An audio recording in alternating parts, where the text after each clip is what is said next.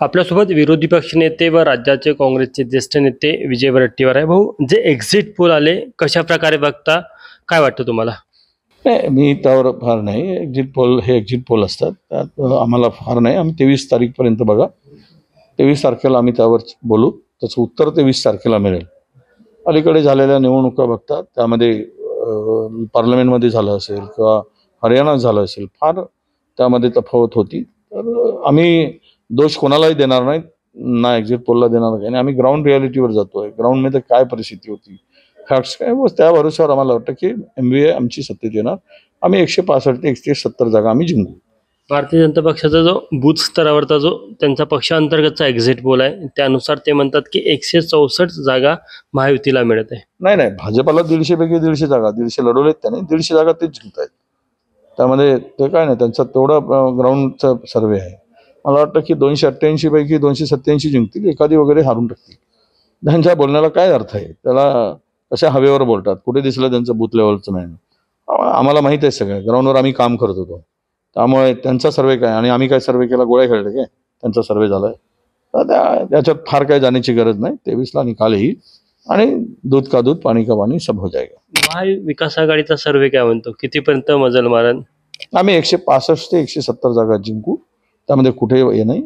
कारण लोकांमध्ये या सरकारला घालवायची मानसिकता तयार झाली होती. सरकार फार असंवैधानिकपणे सरकार होतंच, पण महाराष्ट्राची इज्जत घालवली होती ज्या पद्धतीनं सरकार चालवलं होतं.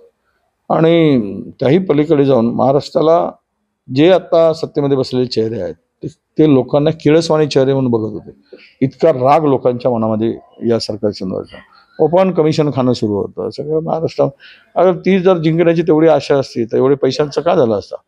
पैशाचे पॉकेट का वाटले, पैशाचे लिफाफे का वाटायला लागले असते?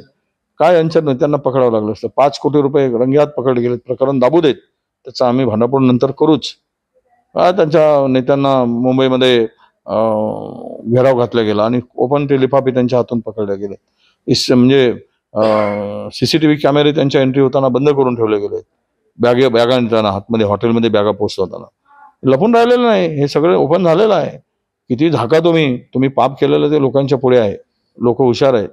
त्यामुळे मला वाटतं की क्लिअर कट सांगतो, 165 ते 170 जागा आम्ही जिंकू. सर्व जे सगळे सर्वे आले त्यामध्ये देखील महाविकास आघाडीमध्ये सर्वात जास्त जागा काँग्रेसला मिळताना दिसतात. काँग्रेसला जागा जिंकतायत. आम्ही जास्त जागा लढवल्या होत्या, त्यामुळे कदाचित आमच्या बाजूनं तर आहेच. विदर्भात आमच्या बाजूनं चांगला रिझल्ट येतो आहे. आणि त्यामध्ये आमच्या पार्लमेंटमध्ये सुद्धा तो रिझल्ट आम्हाला दिसलेला होता. तसाच रिझल्ट असेंब्लीमध्ये सुद्धा राहील अशी आम्हाला खात्री आहे. काँग्रेस कितीपर्यंत जाईल पूर्ण राज्यात आणि विदर्भात? नाही, विदर्भामध्ये आम्ही 30 ते 32 पर्यंत जाऊ.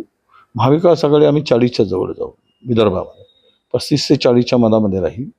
आणि महाराष्ट्रामध्ये काँग्रेस 70 जागेच्या कमी राहणार नाही. मुख्यमंत्रीपदाला घेऊन एक चर्चा आहे की काँग्रेसचा मुख्यमंत्री व्हावा. आज संजय राऊत यांनी देखील टीका केली की जर का नाना पटोले किंवा इतरांना कोणाला मुख्यमंत्री व्हायचं असेल तर राहुल गांधींनी तशी घोषणा करावी. नाही, असं कुठं म्हटलंय नाना पटोले मी मुख्यमंत्री होतो?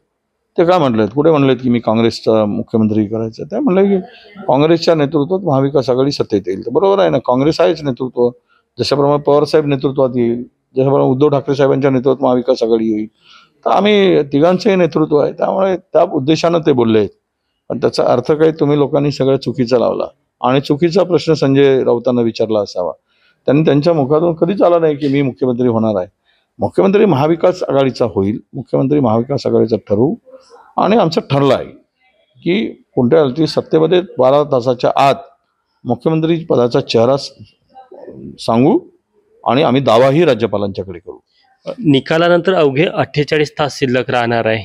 त्या वेळेमध्ये होईल पूर्ण प्रक्रिया की असं वाटतं परत तुम्हाला संशय आहे का काही केंद्रीय स्तरावर हालचाली होईल आणि परत तुमची सत्ता स्थापन करण्यासाठी अडकाठी आणली जाईल?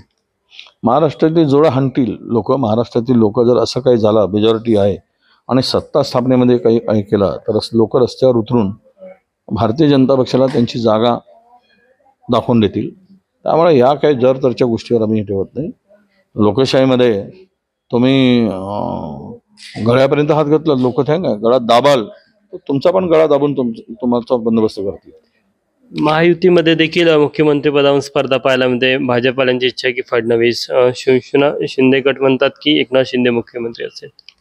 नाही तर ते त्यांचा विषय आहे, त्यांनी ते ठरवायचं आहे कोणाला द्यायचं, कोण करताय. आम्ही त्याबद्दल बोलायची आम्हाला गरज नाही. पण मला वाटतं की त्यामध्ये सगळं काही आलबेल आहे असं काही समजण्याचं कारण नाही. महाविकास आघाडीचा चेहरा कोण असेल? चेहरा महाविकास आघाडी असेल, महाविकास आघाडीचा मुख्यमंत्री होईल. आम्ही तिघांनी मिळून मी सांगितलं की 12 तासाचा चेहरा देऊ. त्यामुळे कोण असेल हे वजीर वडिट्टीवर सांगू शकत नाही, कोण असेल हे नाना पटोले बोलू शकत नाही, कोण असेल हे आमचे बाळासाहेब थोरात सांगू शकत नाही. कोण असेल ते तुमच्या मतदारसंघात पण चर्चा आहे ना की ओबीसी चेहरा म्हणून विजय वडेट्टीवार तुमच्या मतदारांना, मतदारसंघातल्या लोकांना वाटतं? लोकांना वाटणं स्वाभाविक आहे. कोणत्याही लोकांना वाटतं, कोणत्याही कार्यकर्त्यांना आणि ज्या भागात तो काम करतो त्याला वाटतं की आपला नेता मंत्री व्हावा, आपला आमदार व्हावा, मोठा खाता मिळावा, मुख्यमंत्री व्हावा, हे सगळं वाटतं ना, स्वाभाविक आहे. वाटण्यात गैर काय. पण त्यामध्ये परिस्थितीनुसार किंवा आपण आघाडी म्हणून ज्यावेळेस लढतो त्यावेळेस तो निर्णय एकट्याचा नसतो, एकट्या दुकट्याने सामूहिक निर्णय असतो. तो सामूहिक निर्णय आम्ही घेऊ. मतदारांप्रमाणे तुमची पण इच्छा आहे, संधी मिळाली तर सोनं कराल? नाही, संधी विषय असा आहे की शेवट तुमच्या मनातील इच्छाला अर्थ नसतो, तर जनतेच्या मनातील इच्छांना अर्थ असतो. जनतेने काय कोणाला कौल देतं हे निकालानंतर स्पष्ट होईल आणि त्यानंतर जो चेहरा ठरेल तो सगळ्यांचं एकमत झालेला चेहरा ठरेल. मी तर हे समजतो की आम्ही नाही बाबा त्या लाईनीतच नाही, सध्या तरी आम्ही त्या रेसमध्ये पण नाही. कारण माझ्यासारखा मायक्रो ओबीसी माणूस निवडून येतो, आमदार होतो, विरोधी पक्षनेता होतो, इथपर्यंत ठीक आहे. हे खूप मोठं यश आहे माझ्यासाठी आणि आमच्या मतदारसंघातील जनतेसाठी. त्यापेक्षा आम्हाला अधिकची हे करायला नाही. ठीक आहे, सरकार आली, कुठेतरी काम करायला मिळालं सरकारमध्ये, त्यामध्ये आनंद आहे. तोही पण हायकमांड देईल तर येऊ, जिथं बसवतील तिथे बसू, आणि नाही दिलं तरी काम करत राहू. वडेट्टीवारांच्यावर विश्वास दाखवला गेला होता की हे अशोक चव्हाणांच्यावर त्यावेळेस जातील भीतील, अशा चर्चेला वार पावळ्या उठल्या. पण खंदा बंदा बनवून इथे उभा राहिला आणि गडलं डोलंय, सगळ्यांना माहिती आहे. ती विश्वासार्हता आहे हायकमांडची. आज अशोक चव्हाणांपेक्षा उंची वाढली पक्षात असं वाटतं, अशी चर्चा पण आहे. नाही, उंची वाढवण्यापेक्षा आज तरी मला असं वाटतं की आम्ही जे काम करतो, आपण जे मेहनत करतो त्यावर कार्यकर्ते ताकद देतात. जो नेता कार्यकर्त्यांसाठी काम करतो, कार्यकर्ता नेत्याला ताकद देतो, तो शक्ती देत असतो. आणि मी कार्यकर्त्यामध्ये जाऊन काम केलं आहे, त्यामुळे कार्यकर्त्यांची शक्ती आणि ताकद मला माझ्या पाठीमागे उभी होताना मला जे दिसते हे माझं यश आहे असं मी मानतो. थँक्यू. तर हे होते विरोधी पक्षनेते विजय वडेट्टीवार. कॅमेरामॅन अतुल इंडेसह तुषार कोहळे, एबीपी माझा, नागपूर. एबीपी माझा, उघडा डोळे बघा नीट.